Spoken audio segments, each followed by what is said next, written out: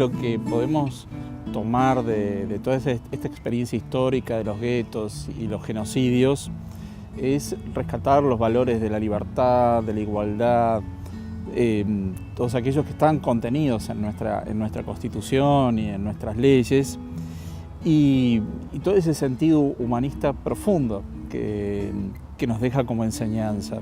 Que esto no quedó solo en el pasado, puede ocurrir y ocurre en otras latitudes, sigue habiendo genocidios y asesinatos en masa, con lo cual creo que es fundamental que tomemos conciencia del mundo en el que vivimos, de cuáles son los valores para preservar la paz, la libertad y la igualdad.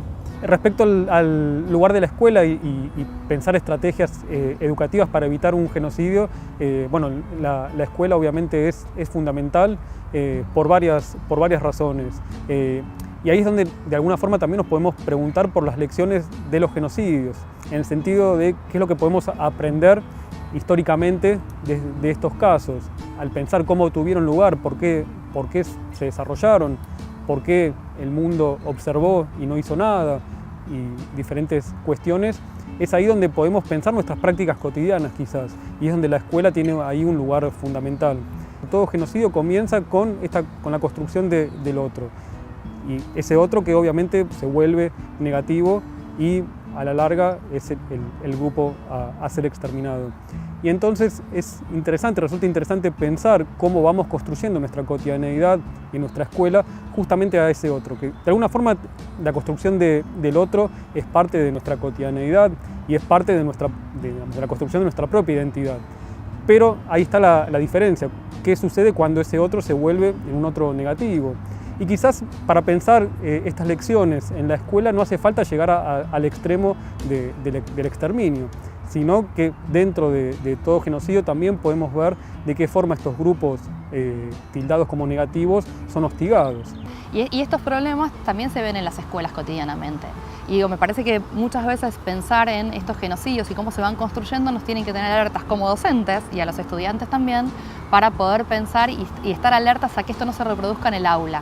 Nadie considera que en un aula se puede reproducir un genocidio, pero sí estas cuestiones de separar, de considerar a un otro negativo por algunas de las características, porque habla otro idioma, porque tiene ciertos rasgos físicos, porque ciertos rasgos físicos implican ciertas cosas. Entonces luchar contra esto en el aula, y más que luchar, es construir otra idea en el aula, puede ser fundamental, y esto que decía al principio, no estacionarse en el nunca más, sino hacer un nunca más activo de cada una de estas cuestiones. Bueno, hay una frase muy famosa de Elie Wiesel que dice el holocausto no comenzó con los campos de exterminio, sino con palabras de odio. Ante esa frase podemos ver qué puede ser el mundo educativo, qué puede ser la escuela para prevenir situaciones de hostigamiento ante determinadas poblaciones, por ejemplo.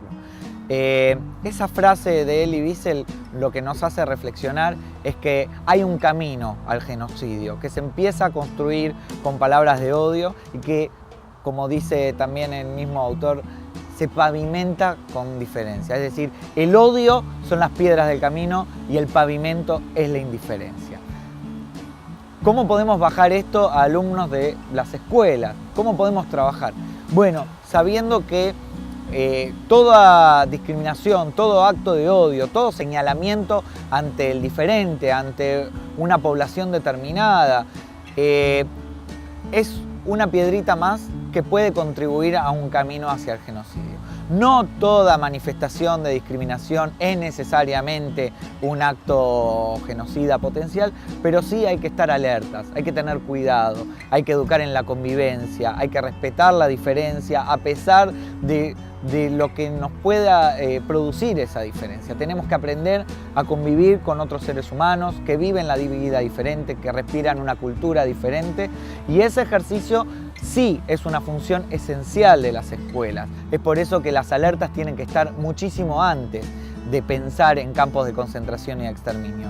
Tenemos que estar alertas ante cualquier acto de violencia, de segregación, de odio ante cualquier grupo.